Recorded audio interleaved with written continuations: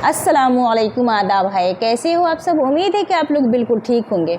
काफ़ी दिनों के बाद मैं आप सबसे फिर से रब्ता कर रही हूँ और मेरी नज़र थी सीमा हैदर पे, ऐसा कि नहीं। मैं देख रही थी सीमा हैदर क्या कर रही है, क्या हो रहा है, लेकिन कम देख रही थी। जहाँ तक मैं देखी हूँ तो मैं देखी हूँ कि सीमा हैदर राधा बनी थी। मुझे नहीं समझ में आ रहा है कि क्या चल रहा है इस देश में, क्यों चल रहा है। और हमारे हिंदू भाई बहन भी कितने खुशी से मगन में कि हाँ चलो सीमा जो है वो राधा बनी। तो मैं एपीसी से कहती हूँ, एपीसी जो है वो ही बनाए हैं उसको राधा, सीमा को। मैं सारे हिंदू भाई बहन से कहती हूँ, क्या राधा ऐसी होती है? क्या राधा कृष्ण की राधा सीमा जैसी होती है? मुझे तो आज तक नहीं मालूम था कि सीमा जैसी राधा होती है। और जब मुझे पता चला कि सीमा भी राधा बन सकती है, उसे राधा का खिताब, राधा बनने का मतलब कि राधा का खिताब मिल रहा है उसको, और उसे नागरिकता मिलना चाहिए। राधा बन करके उसको नागरिकता मिलना है, लेना है। मैं एक और सवाल करती हूँ कि इस देश में मुग़ल जब राज किए थे तो मुग़ल क्या बुरा किया, नहीं किया, क्या किए ये लोग, मुझे इतना नहीं खबर। हाँ, हिस्ट्री में उनका अच्छा ही बताया जाता है कि मुग़ल ने यहाँ हुकूमत किए, लेकिन अच्छा ही किए। वो भी इस देश के लिए खून बहाए, ऐसा नहीं कि नहीं बहाए। अंग्रेज़ की लड़ाई में वो भी लड़े, उनका भी खून बहा, लेकिन उनको गलत कहा जाता है, मुग़ल को गलत कहा जाता है कि दूसरे देश के थे, हमारे देश के मुग़ल नहीं थे। उसे भले ही नागरिकता मिली, सब कुछ वहाँ यहाँ रह रहे हैं मुग़ल, आज तो उसकी जो हालात है मुग़ल की तो देखने के लायक नहीं है। लेकिन उसके बारे में बेइज्जती से लोग, बहुत सब की बातें नहीं करती हूँ मैं, लेकिन बहुत सारे लोग ऐसे हैं जो मुग़ल को बुरा कहते हैं और तनकीद करते रहते हैं कि दूसरे देश की थी।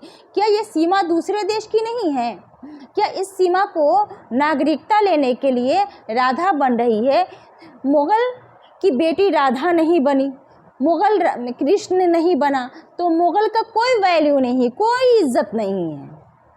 चलिए, मुग़ल खून बहाए हैं, इसमें कोई दो राय नहीं है हिंदुस्तान के लिए। फिर मैं चलती हूँ कि ये सीमा क्या है। सीमा एक ऐसी पनौती है जिसे इंसाफ मिलना चाहिए था। मणिपुर वाले मामले में इतना बड़ा मामला हुआ मणिपुर में, जिसे इंसाफ मिलना चाहिए था।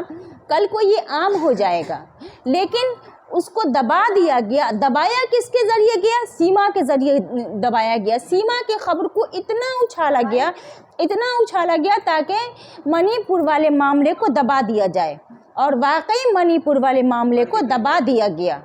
और मणिपुर पे कोई इतना आवाज़ नहीं उठा रहे कि उन दो लड़कियों को क्यों ऐसा किया गया। उन दो लड़कियों के साथ 3 लड़कियां थी, इन महिलाओं, इन औरतों के साथ ऐसा क्यों किया गया। और उसको जो गुनहगार था, जो बलात्कारी था, जो लड़कियों को नंगा घुमाए थे, उन लोगों के ऊपर कोई एक्शन नहीं लिया गया। अगर लिया भी जाएगा, ऐसा नहीं कि इंडिया छोड़ देंगे, लेकिन लिया जाएगा, लेकिन बहुत देर जब तक हो जाएगी, जब तक बहुत सारे मुजरिम और पुख्ता हो जाएंगे, उसके बारे में सोचेंगे कि हम भी ऐसा करें। जब इंसान को किसी से नफरत होती है तो जुनून हो जाता है और हर हद तक गुजरने की कोशिश करता है कि हम उस फलाने के साथ ऐसा करें, तो मुजरिम जो है वो मजबूत हो जाएगा दिमाग से। और ना जाने कितने हिंदुस्तान में और भी लड़के होंगे जो जिहालत ख्यालात के होंगे, वो मुजरिम बनने पर राज़ी हो जाएंगे, क्योंकि उन्हें सज़ा नहीं मिली है, और जब मिलेगी, जब बहुत देर हो चुकी होगी। फिर उसके बाद चलते हैं वो पहलवान लड़की जो धरने पे बैठी हुई थी इंसाफ के लिए। उन लड़कियों का भी जो न्यूज़ आना चाहिए, उन लड़कियों के साथ, उन लड़कियों के लिए कोई आवाज़ उठाते, तो वो पहलवान लड़कियों के लिए भी कोई आवाज़ नहीं उठाए। सब सीमा सचिन हैदर में ही लग गए।